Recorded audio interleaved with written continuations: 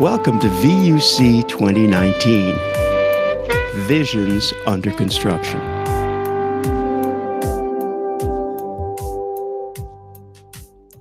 And the mercifully short intro is followed by this. If you were leaving from London Bridge to Berlin for Kamaia World, you would be here. That's the new Google Earth. I'm playing with the beta. Yet another time sink, ladies and gentlemen. Okay, Corrado, I'm going to ask you to introduce the topic here because it was kind of one of your ideas, but it's definitely relevant on today. Yeah, just news out that there's not a new data dump with passwords and usernames, but a compendium of all the data leaks that have been going on for the past probably 7-8 years has been collected in one single data dump that is in one place and is a perfect playground for anyone that wants to play with your usernames and passwords. So yeah, security, safety, how to keep secure passwords, how to keep your accounts secure, two-factor authentication or two-step authentication, how you want to call it, and all those topics. But my question is, should we go now beyond username and password or authentication that way and try to find a different way to authenticate ourselves? No biometrics, but a completely different approach. I still want to pick the brains of people to understand if there is an alternative, even probably to authentication. Do we need to authenticate everywhere, every time with a username and password? Wouldn't be a temporary token good enough? Well, that is just a one-shot token. Isn't the token the thing kind of what goes on? Or should we all have little these little fobs that do something? Alan, what are your thoughts on this? You have the same password for every site? Don't say it publicly. And no, I do not. I have a password manager and I have different passwords for everything. But yeah, multi-factor I think is important. Not just two-factor. I mean, sort of using SMS to get sort of like a token, has been depreciated because a lot of people now are accessing the sites via their mobile device as well. So sending an SMS really isn't two-factor authentication. But one of the things that I've been really impressed with is the work like of sort of Payphone and Telesign around instant authentication. And again, no information is transferred. What happens is a site has an app that's accessing it. It knows the device, knows the phone number, knows the account that's being accessed, and then can basically go to these guys and say, is this like, what's your rating on how secure or how sort of legal this sort of device, this person is, the account associated with this phone number the same as the details that I have. So they just sort of ping over and they can come back with like a trust rating associated across a whole range of different factors. And it can include like how long that person has had that telephone number, whether it's a number that's churned a lot.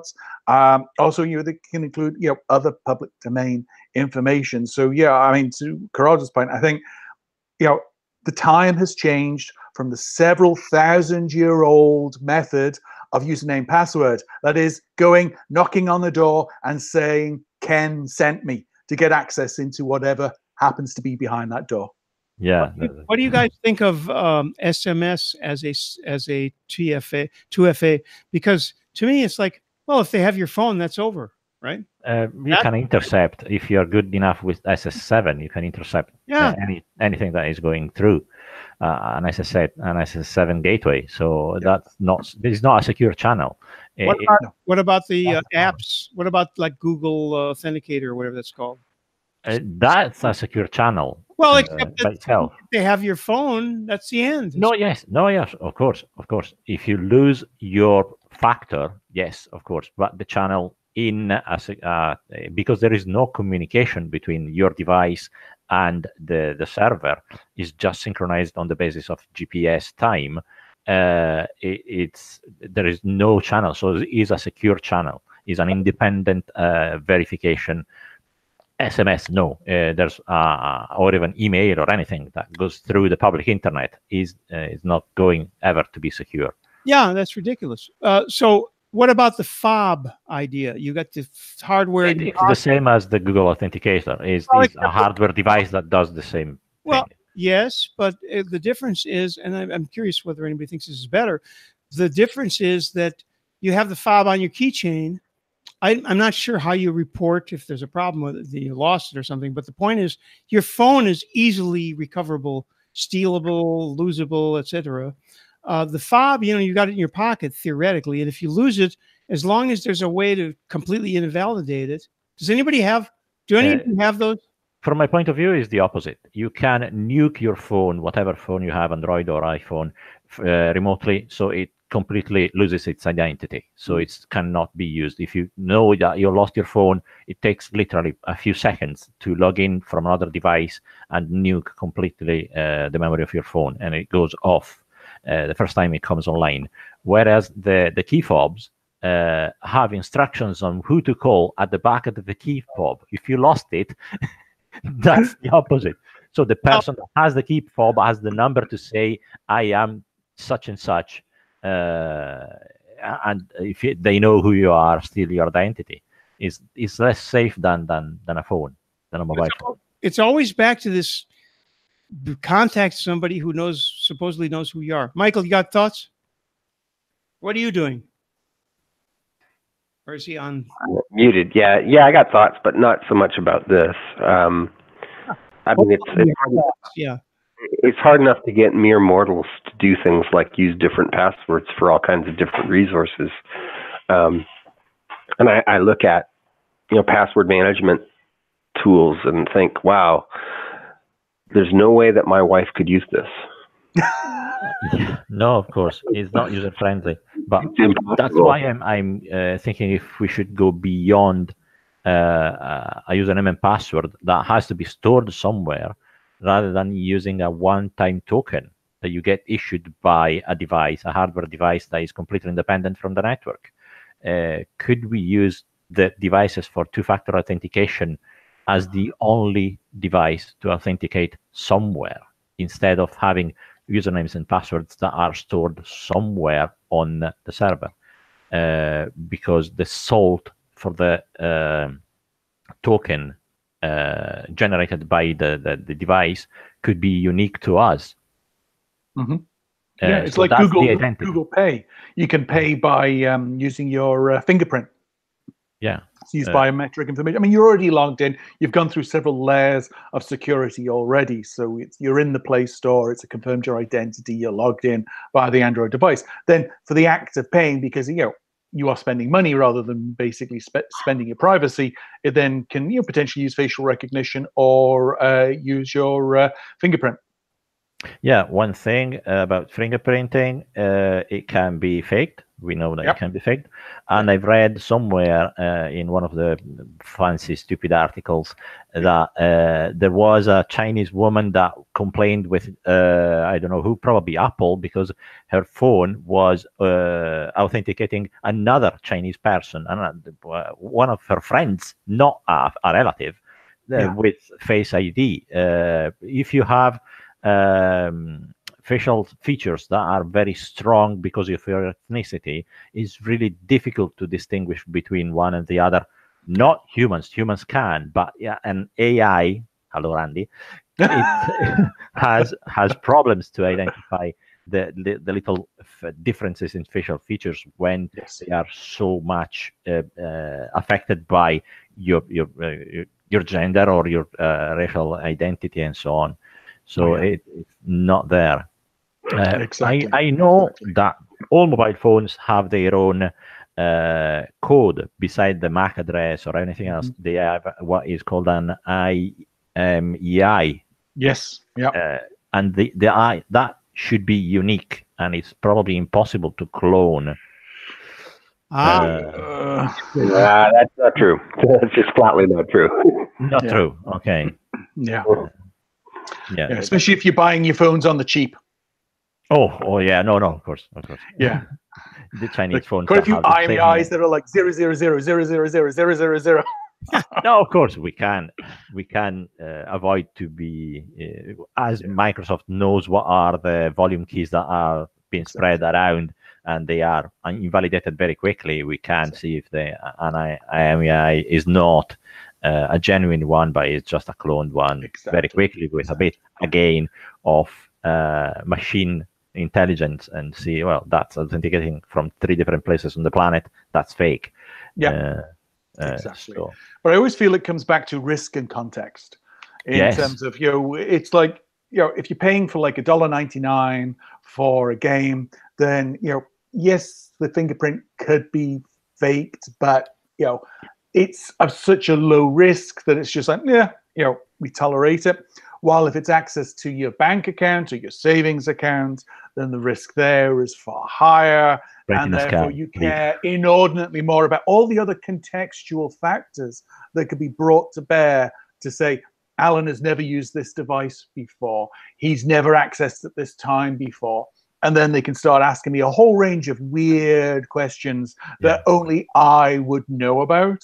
Yeah, exactly. Yeah, the way that you connect, or the way that you log in to your password manager application that contains all of those other things.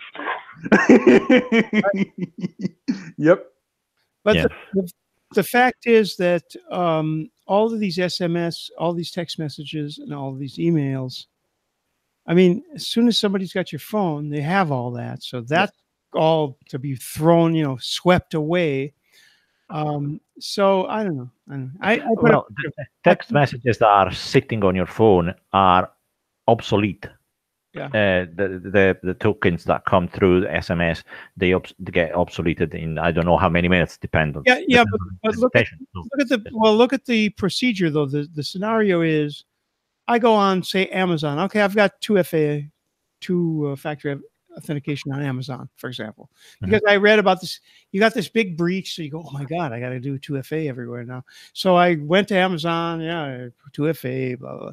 But all they can do Google Authentic. They can do an authenticator software or SMS. But the point is, again, if someone has your phone, and there was what was it? It was Bull, the TV series. Some of these TV series have interesting stuff that's kind of ripped out of the headlines. Last night I watched a Bull. It's a TV show. I don't know what network, that basically showed a couple of newlyweds were implicated in a robbery, because in fact what happened is they were on a flight. The woman received a phone call. She dictated a password to her boss, and not a password, a safe combination actually. And the point is that the guy next to her was a criminal, and he happened to grab her. He took her phone, and he found all the information on her phone. And so what I guess to boil it down to the nub here, your phone has it all. I mean, if you lose your phone, sure, you can. Yeah, but it doesn't have context. And again, there's a whole host of additional information in terms of your interactions that have happened with that app or those people. There's a network of information and a network of people that can be brought to bear, rather than just keeping it to this. With 2FA, yes, it's been depreciated by the NIST because everybody's using the mobile phone to access this account, so that's over and done with. But and also bear in mind, you got your laptop as well. I mean, I use my laptop majority of the time, especially when it's, accessing something that, I consider I want a next level of security with. So I don't necessarily use my mobile app for certain applications. I use my laptop. Do you have a BIOS password on your laptop? Yes. Yeah. Oh. Yeah. Oh, yeah. I'm paranoid. Yeah. No, you are perfectly correct. Well, that's the way a laptop, a mobile device must be protected with a first line of access protection. The scenario you were mentioning, Randy, though, that's interesting because you being on a plane, you're out of reach of a network. So even if you know that your phone has been stolen, you cannot nuke your phone. Exactly. Right there and then, because it's not in reach of a mobile network and cannot be commanded by Google or Apple. So the person that has it during the flight has all the power to abuse. Even over Wi-Fi, even though you might have Wi-Fi access. Well, they have. Wait a minute. You have No. your phone. How many? I don't know. It depends if you got 20 devices with you. Yeah, but yeah, that's important. This particular scenario was interesting. It's fiction, but I mean, it was totally possible. Yeah. Plausible. The guy. So he social engineered this woman. Actually, what happened was he goes, "Yeah, oh, you guys are newlyweds, blah blah blah," and he's going, "Yeah, okay," and eventually the woman fell asleep, and and he grabbed her phone, and then he put the phone somewhere else to he whatever he did on the phone. But the point is, the woman while she didn't have her phone, had no way, as you just said, had no way to report the phone. And by the way, I mean, it was temporary. She got it back. So that's one way. Anyway, I don't think phones are are the greatest two-factor authentication. No, especially because it's not two-factor if you're using the same phone to log in or to use the service. So that doesn't work. Yep. The point of there's another thing that Google does that doesn't even use Google Authenticator or any other authenticators, is sending a message to your phone through your account asking you to authenticate if it's you or not. Yeah.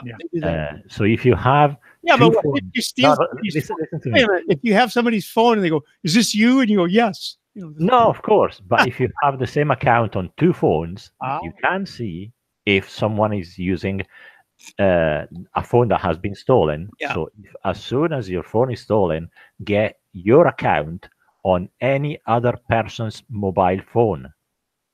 Okay, but that's a very important point. So you can have multiple Google accounts on a mobile phone. Get your Google account on a friend's mobile phone so you see if something is happening on your Google account. Well, that's a lot too. But the real point is, you can do that anyway. I had a thing, but it's gone. Oh, sorry. No. Sorry. No. But I mean, the fundamental problem remains humans. Yeah. Because username password is the most we can get people to do. Anything else, as soon as it adds complexity, it gets tough. That's why I want to give up usernames and passwords. Not use them, but use temporary tokens. When we offer guest Wi-Fi to people, we don't ask them to log in. We create a token. The receptionist creates a token. Here's your authentication token, and that is valid for X hours because it has validity that is paid for that, and that's your authentication. In their system, they know they issued that token to you. It's on your room records, so they can verify your identity. Your identity is connected in the hotel system. So if you do anything nasty through their network, they can come back to you. Exactly. So why don't we use that method of issuing through a device that is only ours, a token, to connect to mildly important, not largely important systems and servers. That would cut all the malarkey of having those usernames and passwords stored in the provider's servers. It's blank. There's nothing. They know nothing about it. Well, to conclude this discussion, would anybody agree with me that we really need a new paradigm? Yes. That's the end. Yes. Somebody's got to think of something, because, by the way, fingerprints and voice, I mean, come on, No, yeah. That's all. Well, voice is tough, but we got to look at it in terms of context and the combination of all these factors. So I think there is a new paradigm. As I said, username password is thousands of years old, but the problem is, it's good enough. Has been good enough. So something has to change, but it requires the whole of the technology industry and all its users to be prepared to do something different. A biometric implant. Well, that is actually MFA, multi-factor authentication. Multi-factor authentication, Probably. yeah. Probably. Someone you know, something you have, something you know. and Yeah. no, never mind. Anyway, I invited Alan because I wanted to hear more about TATHack and the future of it, because there's so many things going on. First of all, Alan, you published a tweet that obviously grabbed me by the neck, by the throat. So there's a 5-year. Tell us about that, and then let's go to the future of TATHack. So there's a 5-year. That's pretty incredible. You guys did a video. Yeah. And I have to thank Inti for doing this. So it was Inti's idea. He said, look, Alan, we've been doing this for 5 years. We have such great content from all the cool stuff we've done over the years. We've got to put something together. So that's what we did. We put a video together it's just a 2-minute video that just summarizes all the amazing stuff that's happened. It's got all the snippets. It's got, of course, Randy, you on a dark Parisian evening playing with your band. Right. And of course, Inti had to make sure that as the background music is playing, as there's just a sync between the music and your playing was really cool. But yeah, it is one of those that your head's down, and we've just been sort of doing TATHack for a number of years, and it's like we've had 11,000. Sorry about 11,000. Well, I went to the video and the audio jumped in. I was just trying to yes. get the. Well, I was trying. Yeah, you want to show that? Well, I wanted to. I don't know if I could show it. I could, but it wouldn't. 40-second mark is where you pop in. Well, I wanted and it wasn't that. It was. I wanted to put the URL. Yes, yeah. Sorry, it has autoplay. I apologize. Well, it's YouTube. It's not you that has to apologize. It's YouTube. Anyway, no, I'm sorry. I disrupted. No. It didn't mean to. But I was just going to give a few figures that surprised me. I mean, we've had like over 1,100 11,000 registrations over the years, over 1,000 pictures, and we don't record all the pictures either. I mean, some of our larger events, for this year last year I should say, for TATHack Global, we had 4 locations that had over 150 people. In fact, in South Africa, nearly 200 people were involved. I mean, it's a lot of hacks to be able to review. We've distributed in prize money over $250,000. That number surprised me.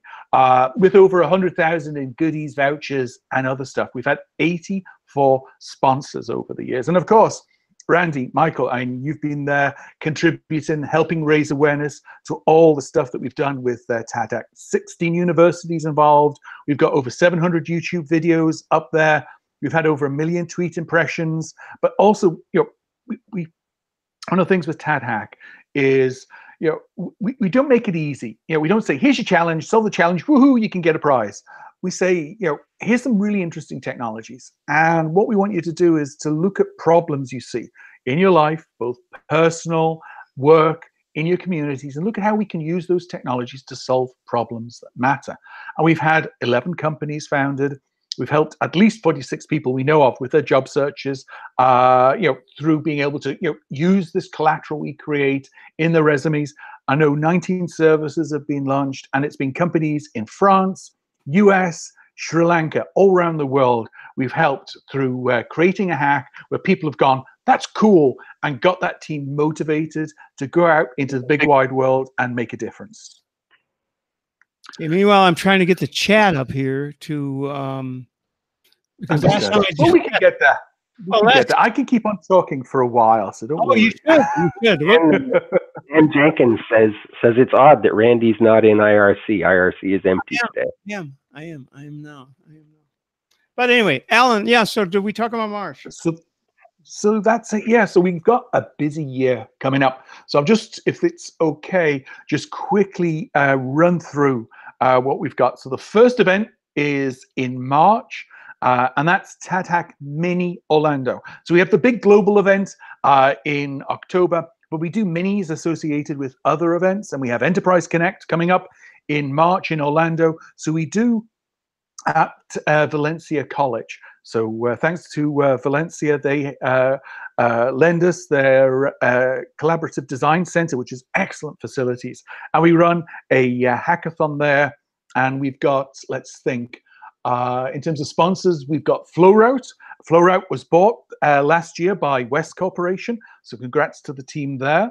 We've got, of course, VoIP Innovations and Appidays. They're sponsoring TADHack Mini Orlando. And also, I hope we'll have 10 Digits. That's Thomas Howe's organization sponsoring as well. And we've got a few more that we're lining up. So it'll be fun, a great way to learn about all these new programmable telecoms technologies and use them to solve problems that matter.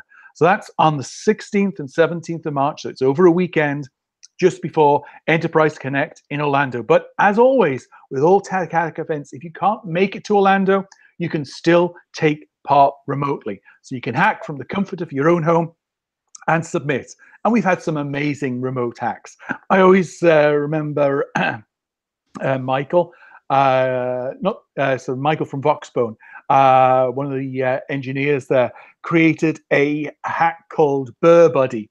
And it was using video, or sort of programmable telecoms, I should say. And you get like a notification that your home has been burgled, and it enables you to chat and video chat with your burglar. And it was just a great sort of pitch he put together. But again, part of it with TADHack is having fun. Then just quickly, and I'll just run through these. What we've done this year for 2019 with TAD Summit is split it into 3. So we're doing an event in Asia, one in the Americas, and then one in Europe. So we have coming up in May, 28th and 29th of May in Kuala Lumpur, we have TAD Summit Asia. Then we have, of course, in October, TADHack Global coming up. I'm really excited about some of the plans that we're putting together. We already have sponsors for that. So again, that's great that we've got returning sponsors who include VoIP Innovations and Appidays. We also have, just after TADHack Global, we have TAD Summit Americas. So that's going to be on the 15th and 16th of October in Chicago. So that's going to be at the Illinois Institute of Technology. They have their real-time communications conference, and we're going to run TAD Summit Americas in parallel with that. So that's going to be great fun. We're then going to wrap up the year with a TAD Summit EMEA. Now that's most probably going to be London at Idea London. Dates aren't fixed for that, but again, we've got some really interesting plans. And finally, I just wanted to wrap up with one thing that Thomas Howe and I are doing. We're putting an ebook together. It's called Communications State of the Art. It's free. Anybody who wants to contribute can contribute. We'll do a public call soon. I've just been sort of talking to people that I know and I've been hassling them. But more details coming up on that. But it's just going to be a very open sort of format where people can contribute chapters to the ebook, open to sort of download. All we're trying to do is to provide a resource that helps anybody that's interested understand just how far we've come in programmable telecoms and all the cool stuff that you can build and problems you can solve using it. And it'll be across customer communications, enterprise communications, for telcos, looking into the future, as well as, of course, some fun appendices we're going to stuff in there as well. So I just want to wrap up. We have a busy year ahead, but again, really looking forward to the TADHacks. It's always, because it is hard. We don't set a challenge. We just ask people to solve problems that matter to them. The stuff we get is just truly amazing. Alan, you're a AA. Thank you so much, Randy. AA. Amazing and awesome. Thank you, Alan. Okay, no so that's very cool. It has a whole different connotation in Canada. Hey. What does it mean? I did not. No, that was absolutely not an allusion to anything related to that. AAA. I guess Alan's a AAA. AAA is the auto association where if you're that's it. Yeah. So you awesome, amusing, and what was the other thing I said? Amazing. Alan. Amazing, amusing. Okay, Thank Alan, you so much. you're a great guest. We love to have you with us, and we look forward to watching your videos. And one of these days, maybe I'll play. You know, I'm playing saxophone now, so my Oh, cool. band will next time you come to France, if you do that, we'll do something with that. How's that? Absolutely. And That's I a good work idea. for less than scale. Well, you know, I should twist it, you know, because I mean, you're trying to remember which French city are you close to? Is it to Bordeaux. You should come to Bordeaux. By the way, Bordeaux Yeah. is a wonderful mid-sized city. Mhm. So you've got it's way cheaper. Paris is horribly expensive. Oh yeah, No, yeah. you could get the similar thing. Plus, my wife is actually in that circuit. We'll talk about this privately sometime. Yeah. But we really should do something in Bordeaux because, hey, hello, wine, Bordeaux. Exactly. I was saying. Bordeaux wine. Very good wine. We'll attract Corrado to Bordeaux. Yeah. But seriously, Exactly. there's lots of things here, but there are a couple of really important tech schools. So let's talk about that. Interesting. Yeah. Now, how close is Bordeaux to Lyon? Well, I don't know about Lyon because you're touching on my lack of culture, but it's only 2 hours from Paris. Understood. I'm just sort of thinking, you know, how I can sort of, you know, get a core group of people to make it happen, you know.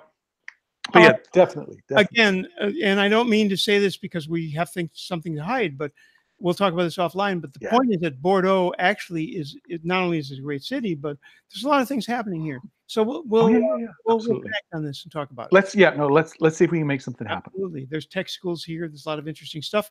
Oh yeah, absolutely. Maybe a connection to be made. Who else has anything on this before we move on to whatever we're moving on to? Because I have no idea. This is one of those great things that we do. Anybody to finish? No. So we're going to have Dan Jenkins, who is going to join at some point, and he said he would join when Alan's done. So, great! Alan is never done, but I'm done. I'll wait for Dan to say hello to Dan. Done, Alan. Well, on the Bordeaux topic, I can vouch for life in mid-sized cities because I was living for 40 years in a very large city in Italy, in Milan, probably the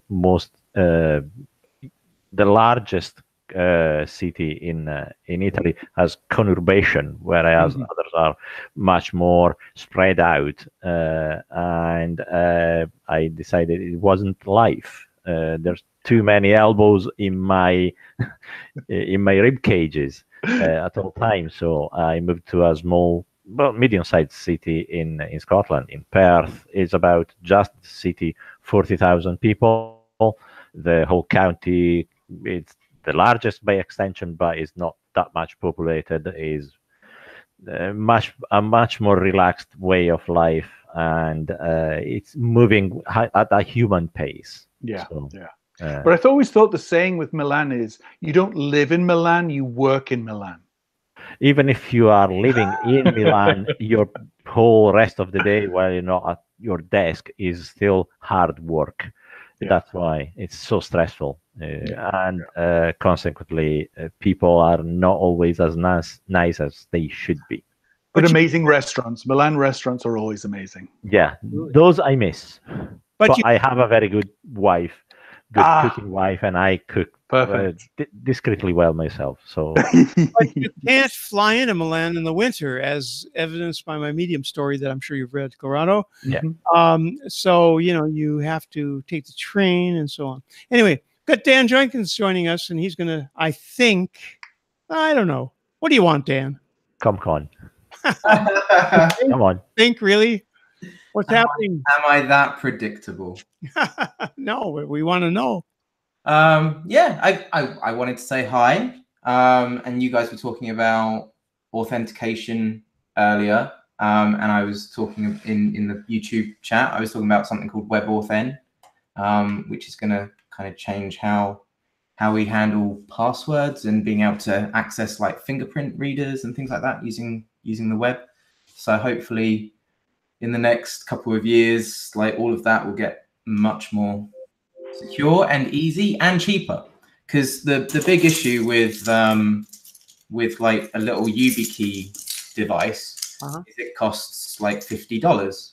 And not everyone wants to spend $50 on a thing that might save them thousands. But anyway, but everyone already has a phone with a fingerprint reader or a laptop with a fingerprint reader. So yeah, what if the web could access your fingerprint and hey presto, everything is much more secure. So yeah, WebAuthn, if you're a web developer, go and read about it and implement it into your website today, because you can. But yeah, ComCon 2019. So ComCon 2019 is going to be the 7th to the 11th of July. So we're a little bit later this year. Let me see whether or not I can share a screen. A little bit later this year for a couple of reasons. Can you see that website? Yep. So it's going to be at a place called Latimer Estate, which is just north of London. So it's about a 30-minute drive from Heathrow. So about the same as last year. And yeah, it follows exactly the same format as we did last year, which was very, very successful. Residential conference. So you pay one price, which if you get there before the end of February is £200 off, which is a very good saving, something like a 14%. I worked it out the other day. Saving on the standard price. And yeah, so hotel accommodation for the whole stay, all the conference sessions, all the evening and afternoon activities. And there isn't a pub just down the road like there was last year. So we can't all just go to the pub like we did last year, but I'm sure I will think of something. Yeah. Like a BYOB policy? I'm not sure how the hotel would feel about said BYOB, but yeah, don't tell me about it.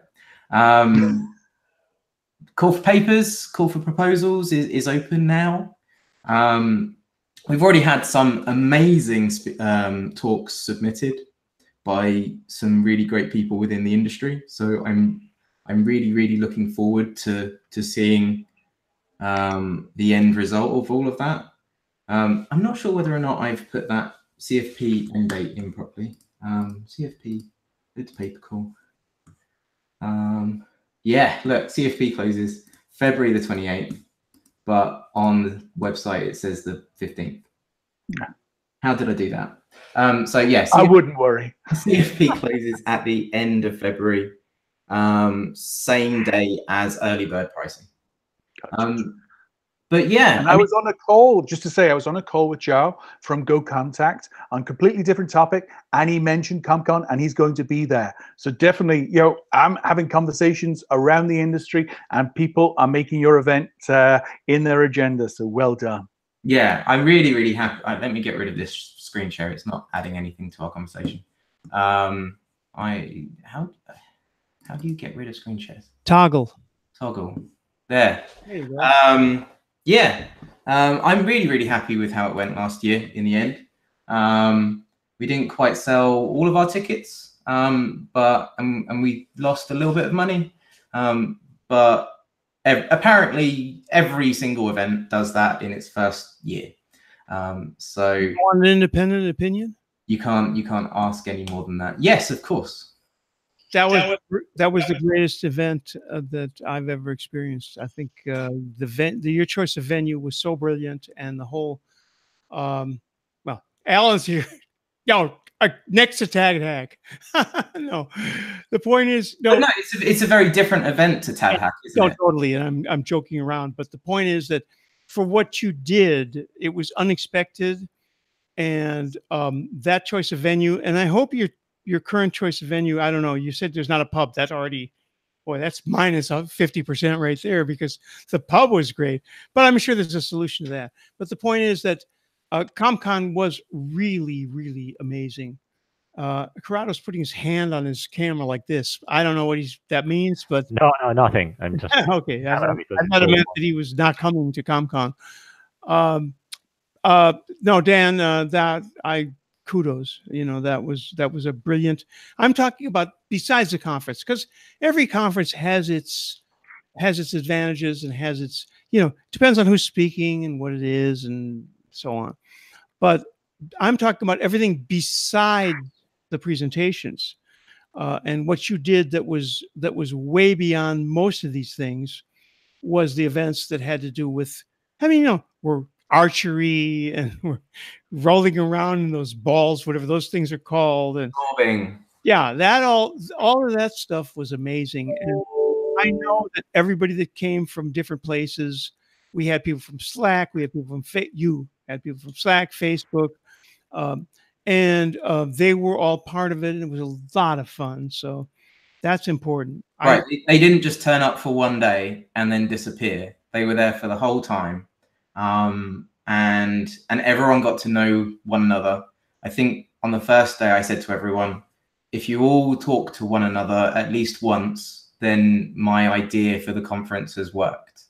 And I'm pretty certain everyone ended up talking to everyone else at least once.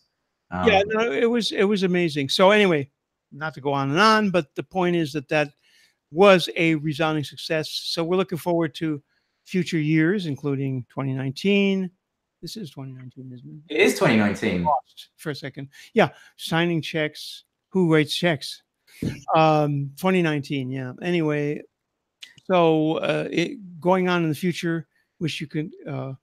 Yeah, so it's a little bit different this year. I've last year it was actually run by Nimble Ape Limited, my consultancy company. Mm-hmm. This year I've actually started a new business just for ComCon. So there's a new limited company in the UK called ComCon Events Limited. That's there for a couple of reasons, but the main one is if we make a profit, a small profit, then the money will stay within ComCon Events Limited, and like that can be proved to everyone because there are records that get released publicly every year on the blockchain, obviously. Yeah, so there's that, but then more importantly, like if anything were to happen to Nimble Ape Limited, then ComCon is a completely separate entity and will live on. So it's completely independent and it's designed to be like that. So I'm really excited to see what we can do with that kind of extra power behind it. The fact that it is now a separate thing completely. I mean, Nimble Ape Limited is still kind of a big sponsor in the fact that it's my time, etc., but it's a separate entity. Let me bring in Alan on this because Alan obviously has organized fantastic conferences as well. And I just wanted to mention something, and then you guys can take it around with you. Michael has been to ClueCon a couple of times. He and I met at an AstroCon at least once, maybe twice. The point of these conferences, you're online. Okay, we exchange emails, we're texting, we're, blah, blah, blah. But the point is when you meet people, and you're across from them with steak or a veggie burger or whatever your preference is, it's a whole different ball of wax. And there's a lot of wine connoisseurs. As most people who listen to this probably know, I started a whole trend at AstroCon with bringing wines that were $500 bottle of wines that you would never taste to that event, because we had a chance to do that and we did it. And so people got a chance to taste wines. We could do the same with whiskeys, but the point is you're talking to people, you're right across from them, you're sitting there having a coffee. Alan, I'm going to ask you to chime in on this because this is what happens. I mean, Tad Hacks, I've had dinners with you guys, with Andy Abramson and all the people that show up for those things. It's crazy, but that's super important, isn't it? Exactly. Because what's happened is, I guess it's a democratization in the events industry because the tools become so easy. Because the big corporations, I won't name the names, have just completely screwed up the whole events thing. It's dominated by people with big marketing budgets. There's so much bullshit. There's just no open and honesty. So what it's enabled is, basically, and it's one of the things I believed, but it was back in 2013 that I actually made it happen with the first TAD, summit, which we did of all bloody places in Bangkok, So yeah, and it's creating an attitude, creating an ethos, creating, the ability for people to openly and honestly share their experiences. And I think that, and I saw that in ComCon. It's what we do with TAD Summit. It's just trying to make it so that people network, they get a hell of a lot out of that networking that they simply no longer get from Mobile World Congress or any of the other big commercial events. And it is, it just takes very perverse people that, as Dan said, are prepared to put a whole host of time and effort in and make a loss. So it is a certain amount of perversity that that encourage you to do such a weird thing. But at the end of the day, just seeing the delight and the joy people have from these events, really does lift the heart. Dan. Right. No, I completely agree. Even though, and I talked about this an awful lot last year, a big thing for me is the residential side of it, and it's because it's forcing people to interact with one another, which you don't get at non-residential events. Like when you go to TAD Summit or you go to Astracon or whatever, you always end up talking to people that you already know, and then you go for dinner with people that you already know because you've had a really long day. You don't want to go through the effort of actually getting to know anyone new. You just kind of want to go to dinner with someone you know, and it's an easy thing. ComCon is different in the sense that you can go up to your bedroom whenever you want. You can go and have a break whenever you want. You can choose to include yourself, or you can choose to not include yourself. And so, yeah, I don't go to Mobile World Congress, and I don't go to Enterprise Connect or even IT Expo, which is only a week away or something like that, because it's not the same. It's not that kind of community spirit, and those things have a place completely and utterly. They're not a place for me as an open source developer that cares about community. They're top-down stuff, commercial top-down stuff. We made these look at that. Yes, instead. Exactly. The ComCon and TAD Hack and many others are flat. They are a flat structure. We're all on the same level, and we exchange, we network, we create a web of connections. But there's also the added advantage that because we are on the same plane, the physical direct interaction, person to person, people to people, that has adds another layer, another factor to the binding that creates in the community, because the physical interaction, person to person, with sharing smells, sharing experiences, but the physical presence, adds everything, adds a lot of things. And knowing new people, that science says that you establish trust with a person in the first 30 seconds that you meet someone, but that only happens in real life. It doesn't happen in interactions, in digital interactions like we do here. It's quality, the entire body attitude, everything. Sorry? I don't know if Alan's a good guy or not. Like, I can't tell over this interaction. Mr. Bodie has joined the room. We know that James Bodie's a good guy. Good guy, though, right? Absolutely. CallUK.com. No, call.k. What was it? What was your URL? Comcon.xyz. No, I'm talking about James. Calluk. Well, that was so long ago. That was so long ago that nobody remembers.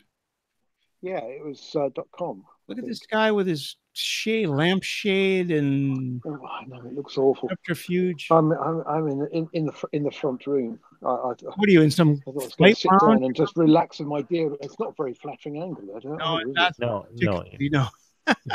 The camera is sitting a bit too low for my taste. Looks, yeah. But at least I've had a haircut, unlike like a certain gentleman who. Oh, you're not talking about me because I just had a haircut. So It's tomorrow. I'm getting my haircut tomorrow. Yeah, well, you'll lose all your strength, won't you? Let's just review. You know what? We're coming up to the hour. Not that it matters because the satellite time is not expensive. But have you talked about FOSDEM? No, I was going to say let's do a quick review of the dates. Dan already said his dates, and they're kind of later. July, right, Dan? Yeah, July. No, So, but we'll talk about FOSDEM, which is the first weekend. Hold on, in February. Dan? So July, but early bird pricing ends at the end of February. So if you want to take advantage of £200 off, you definitely want to get in before the end of February. I'd be happy to get 700 grams off of my weight right now, but so Alan is in March. What else? You said FOSDEM, James, right? That's coming up sooner. Yes, indeed. First weekend in February. Okay, so February. We're January. Anything in January? No. IT Expo is in January. That's next. Nobody cares about that. All right, next. No, I'm kidding. Actually, that's right. Fred is going to IT Expo, and he's already put the call out for anybody who wants to meet up there. Right. IT Expo, but February. So February. James, February. Yes, it's first weekend in February in Brussels, and it's possibly the largest free and open source event in Europe. Wait a minute. And so everybody who is anybody in free and open source software is going there, Give me including. Do you have the date in your head? Mr. Dan Jenkins. Date. Second and third. What's the date, James? Second and third. Second and 3rd of February. Yeah, over the weekend, the first weekend in February. In Brussels. I think in Brussels. Are you going? Yeah, well, I just said I am going with Mr. Jenkins. We are going together. You guys are both going. Maybe I'll meet you there. All right. Yeah, we're going to drive through the tunnel in his Tesla. Oh, Tesla. All right. March, it's Alan. Alan, the dates again? 16th and 17th, just before Enterprise Connect. Okay. What's happening in April? Anybody? April Fool's Day. Google Plus closes. Other than that, yeah, right. May is TAD Summit Asia over in Kuala Lumpur, and Kamailio World. And that's Summit, or is OpenSIP Summit is April this year. Okay. Kamailio World in April and Kamailio World in May. June. There's something in June. No, I don't think there is anything in June. Well, because do you know why? Because ComCon was in June last year. Because July is ComCon, and they're scared to put anything in June now. Yeah, then ComCon, and then ClueCon in July, right? July. ClueCon is in August. Oh, I'm sorry. It's gone back to its original August timeframe. Although I say I quite appreciated it being in July because it's about half the price to go. Yeah. Okay. So August is the most expensive month to travel. Astracon would be then in. Astracon, I think, is probably October. October? Yeah, around October. So we're. I don't know if there are fixed specific days already, but this is a funny thing actually because these dates and both Alan and Dan will chime in on this, but it's actually the biggest difficulty is finding the right date. And the people from Astracon will tell you that in Europe they had a terrible time finding the right date, and then it was during the World Cup or something and screwed everything up. So It's Yes, hard. dates are just difficult, full stop, because if you want a international audience, you need to make sure that you're not like overlapping with like religious holidays or even school holidays. Like, Yeah. And then you've then got to match that up with your venue as well. Right. So that is the reason why ComCon is in July this year, because that's the only week that the venue could give me, where we were by ourselves. So that's another thing about ComCon. We're by ourselves. There is no one else at that hotel. Right. So that's the only week that they could fit me in, fit ComCon in with just us, which is why it's in July. Yeah, and especially if you're doing like a global event, it's like, TADHAC Global is always tough. And it's in October, well, end of September, start of October. You've got quite a few Jewish holidays, so it's trying to avoid those. With TED Summit Asia, we had the problem that in May, and I thought we were relatively clear, there's actually Hindu and Muslim holidays as well. That people tend to make it like a long weekend that goes into the week. So then we had to shift it out. So yeah, there's never anything easy. And of course, we have TADHAC Global in October. We have TED Summit Americas over in Chicago in October. And then we always wrap up the end of the year just before Thanksgiving with TED Summit Europe. At any rate, these are all great events, and you really want to try to get to at least one of them, whatever's nearest to you or easiest or cheapest or whatever you... Or is most relevant, because the great thing is they're each catering for different segments of the market. And that's the great thing. It's not trying to be all things to all people. It's catering to basically sort of different groups. I mean, yes, there's overlap, and that's important, because the key is, with what we try to do with TEDHAC and TED Summit is broaden, the number of people that are aware of all the good work that's happening from the open source community that's then getting commercialized and then out into enterprises, businesses, governments, et cetera, et cetera, et cetera. So, they all have a role, which is really nice, and how it dovetails together. I agree. Okay. So a quick word in support of TED Summit. Last week, I went back. I was looking for some bits and pieces and went through some of the extremely high quality video stuff from previous years. And I'd actually forgotten how good a lot of the stuff that we've been over at TED Summit was. Absolutely stunningly good. And it's been proven right. I mean, this is the great thing. You look at some of those, sort of presentations. I mean, yes, the companies got bought, but the vision they were showing, even back in 2013, has come to pass, which is great. Okay. Well, I think unless I'm going to call for anything that we forgot among you gentlemen. Yes, James. No, are you saying I'm forgetful? No, I'm saying, did we forget anything before I shut this whole thing off? Because I already started by accident 20 minutes early and had to change the URL. Anybody, are we forgetting anything? I'm forgetting a lot, but nothing that is of yeah, opinion. I am also forgetting a lot. But we mentioned KlubeCon, we mentioned Kamailio World, we mentioned KlubeCon, we mentioned TEDHAC, we mentioned ComCon, we mentioned AstraCon. You can bring your other half to ComCon as well, just before yes. you finish. And that only costs you £350. That would be a great idea. And I'm looking forward to you finding a way for me to do that. Dan, and we will announce you every week if you do. Anyway, I think that's about it, really. Anybody have anything else that we forgot? Anything you want to plug? Anything you want to talk about? And I'm looking at a bunch of faces who are going, nah, I'm good. I'm good. All right.